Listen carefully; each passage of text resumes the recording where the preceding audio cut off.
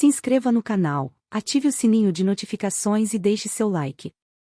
Alguns pesquisadores como Jenny M. Eyman, psicólogo da Escola de Medicina de Harvard, argumentam que o vício não é uma doença, mas uma dependência como escolha, disorder of choice. Um argumento plausível para isso é que, segundo alguns estudos epidemiológicos, cerca de metade dos dependentes químicos consegue se livrar da dependência em algum momento. Pessoas acometidas por distúrbios metabólicos, como esquizofrenia, Alzheimer ou diabetes, não têm essa escolha. Eyman argumenta que o vício é um comportamento controlado por suas consequências, diferentemente de um comportamento involuntário, que é desencadeado por estímulos, como o piscar. O piscar de olhos ocorre automaticamente em resposta a um estímulo, como o flash de uma câmera. Dar uma piscadela, por outro lado, é voluntário e regido por estruturas cerebrais que avaliam as consequências de nosso comportamento. Assim, por exemplo, um homem pondera se seria bem recebido se desse uma piscadela para uma mulher que achou atraente.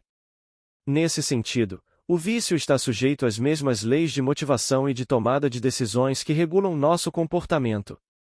Esse pressuposto também se apoia no fato de que a maioria dos dependentes químicos renuncia a seu comportamento quando os custos de seguir adiante com o vício se tornam elevados demais. Ou, ao contrário, eles não largam o vício porque os custos da renúncia parecem ser, em última análise, mais elevados do que os ganhos com a abstinência. Isso também se deve a um fenômeno pérfido do vício: quanto mais tempo este durar, mais os comportamentos alternativos perdem o encanto. Especialmente no vício, há uma enorme discrepância entre as opiniões do adulto interior e os sentimentos da criança sombra. O adulto interior geralmente sabe muito bem que seu comportamento é prejudicial e que deve mudá-lo, mas a criança sombra não abre mão de ser recompensada imediatamente, e de se sentir bem imediatamente.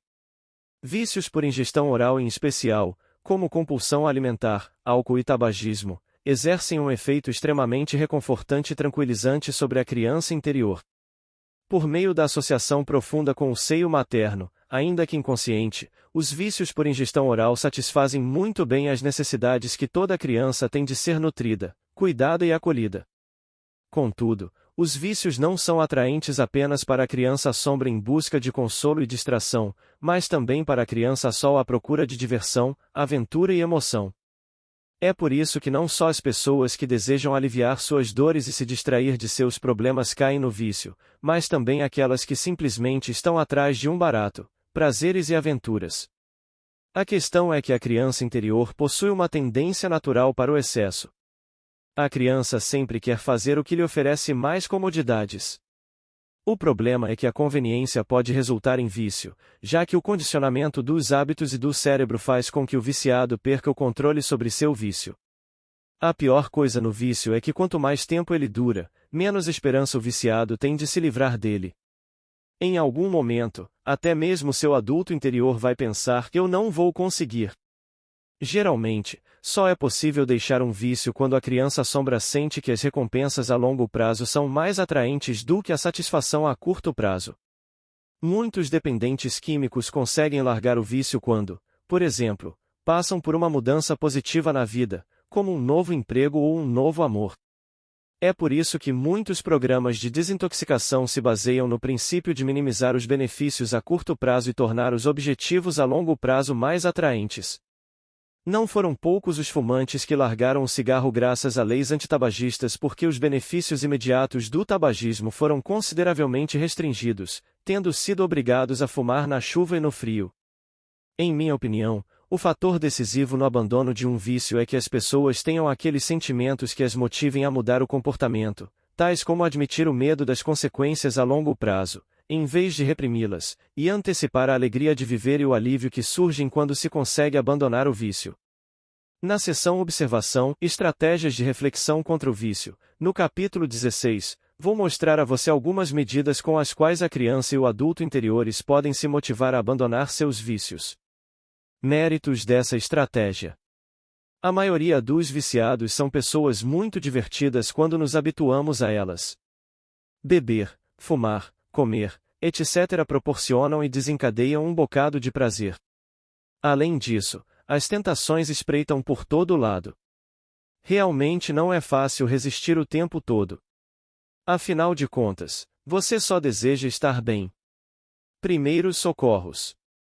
Infelizmente, o problema é que a maioria dos vícios também cobra um preço elevado, o que faz com que muitas vezes você se sinta culpado e chateado. Você se vê diante de um dilema atroz: por um lado, o vício, que pelo menos deixa você feliz a curto prazo, e por outro, o medo de suas consequências. De início, você pode simplesmente buscar compreender a si mesmo e seu vício. Já é bastante coisa sofrer desse comportamento. Você não precisa se flagelar culpando a si mesmo. Sua criança sombra está carente e precisa de afeto e atenção. Estratégia de autoproteção. Narcisismo. Crenças típicas. Não tenho valor, não sou ninguém, sou uma porcaria, sou um fracasso, não devo sentir nada, tenho que conseguir tudo sozinho, nunca tenho o suficiente. Segundo o mito grego, o jovem e belo Narciso se apaixonou por si mesmo quando viu o reflexo de seu rosto na água e pelo resto de seus dias sofreu de um amor insaciável. Um narcisista é, portanto, uma pessoa que é apaixonada por si mesma e que se vê como a mais grandiosa e importante do mundo. Na verdade, a demonstração da própria grandiosidade e infalibilidade é apenas uma estratégia de autoproteção que ela desenvolveu inconscientemente a fim de evitar sentir sua criança sombra ferida. Pessoas que desenvolvem uma personalidade narcisista aprenderam cedo a reprimir a criança sombra, que se sente inútil e miserável, obtendo para si um segundo eu ideal. Esse eu idealizado é construído fazendo todo o possível para ficar acima da média. Narcisistas fazem um esforço tremendo para ser especiais, porque sua criança sombra sente exatamente o oposto. Para manter sua criança sombra sob controle, eles estão sempre atrás de desempenhos extraordinários, poder, beleza, sucesso e reconhecimento. O narcisismo consiste, portanto, num conjunto completo de estratégias de autoproteção. Infelizmente, depreciar os outros figura entre essas estratégias. Dessa forma, narcisistas possuem um faro apurado para detectar as fraquezas dos outros, as quais eles gostam de apontar na forma de críticas cáusticas. Os narcisistas não são capazes de tolerar as próprias fraquezas, e com isso, também não as toleram nas pessoas à sua volta. Contudo, ao se concentrarem nas fraquezas alheias, perdem de vista as suas próprias. Com suas críticas, desencadeiam nos outros os sentimentos que eles próprios não querem sentir: incerteza e inferioridade profundas. Nos narcisistas, o princípio da inversão agressor-vítima se mostra especialmente evidente. Alguns narcisistas, porém, também escolhem a estratégia oposta para se enaltecer. Eles idealizam as pessoas próximas a eles. Nesse caso, exibem o parceiro legal, os filhos incríveis e os amigos importantes. Muitos também fazem as duas coisas, tanto idealizam quanto desvalorizam.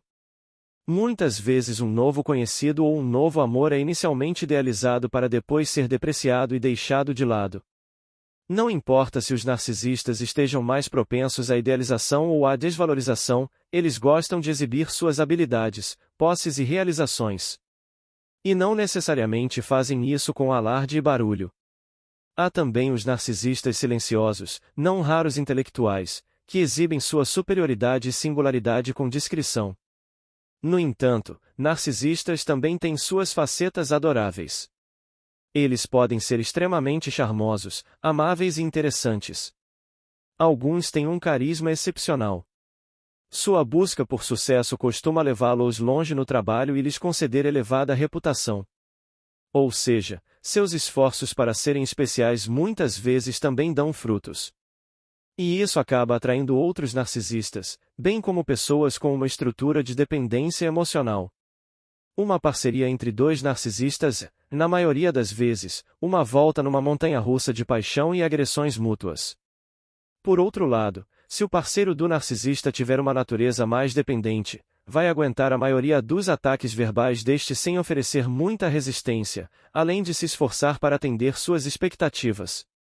É um projeto fadado ao fracasso, pois, não importa o nível de obediência da conduta do parceiro, seu comportamento não altera a distorção perceptiva do narcisista.